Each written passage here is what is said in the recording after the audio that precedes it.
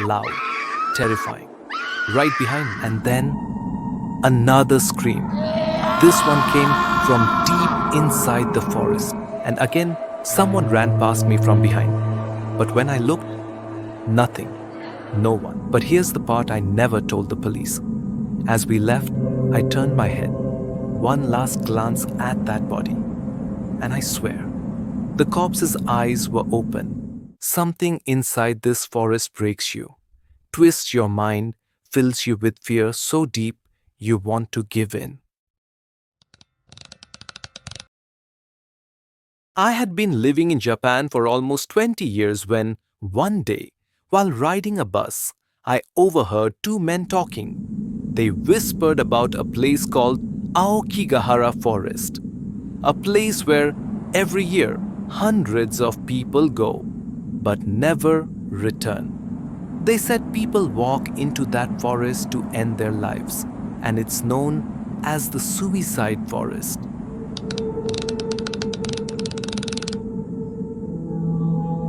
The name alone sent a chill down my spine. I was a writer, always searching for stories, and instantly I knew I had to see this place with my own eyes.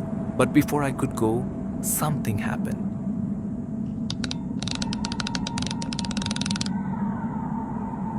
One winter morning, I received terrible news.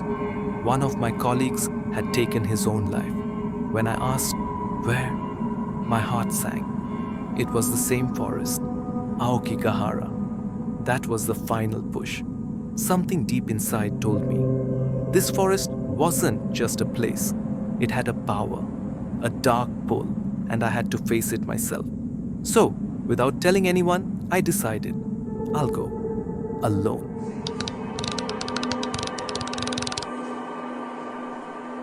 The day I arrived, the forest looked ordinary, almost calm. But the silence was wrong. As I stepped deeper, I noticed belongings scattered on the ground.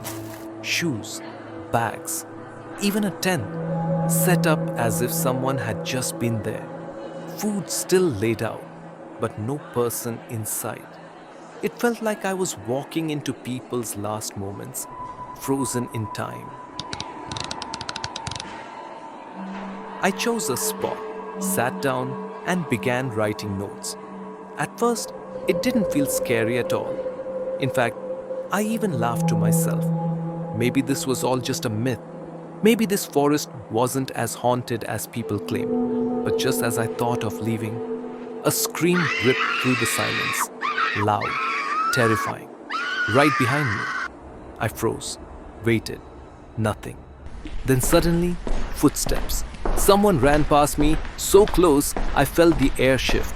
I spun around. Nobody. As night fell, things got worse. Darkness swallowed everything, and my phone's weak flashlight was my only guide. I walked straight, certain I was heading out. But every single time, I ended up back at the same spot where I had been writing. Over and over again. It made no sense.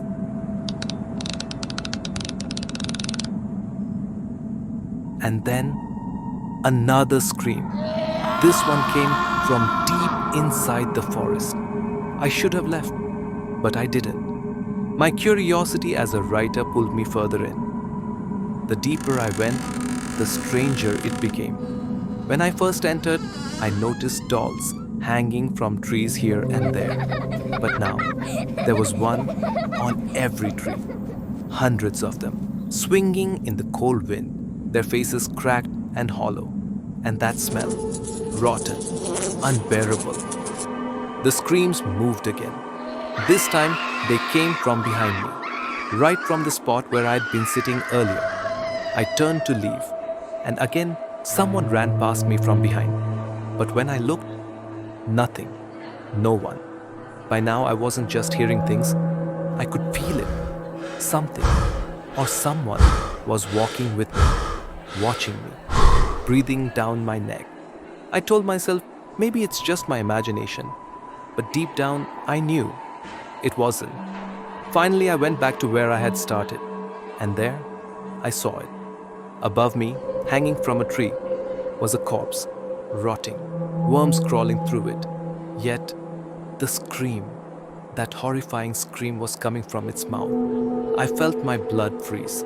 Just minutes earlier, I had been sitting right under it, writing that this place wasn't scary. And now, this.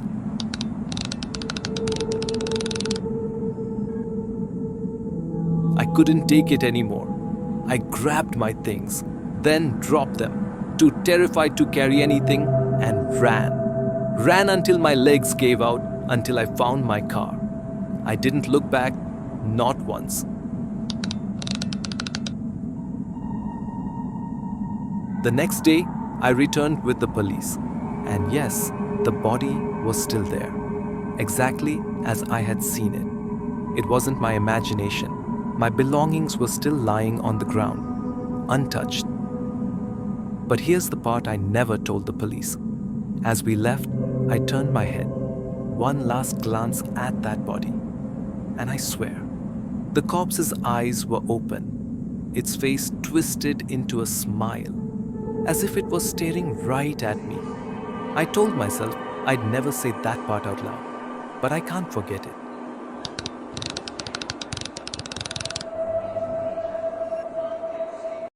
When I went home, I tore up my earlier notes and started a new piece. I no longer believe people came here already broken. No.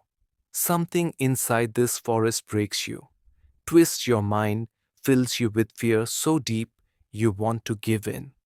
This place doesn't just take lives, it makes you want to become part of it.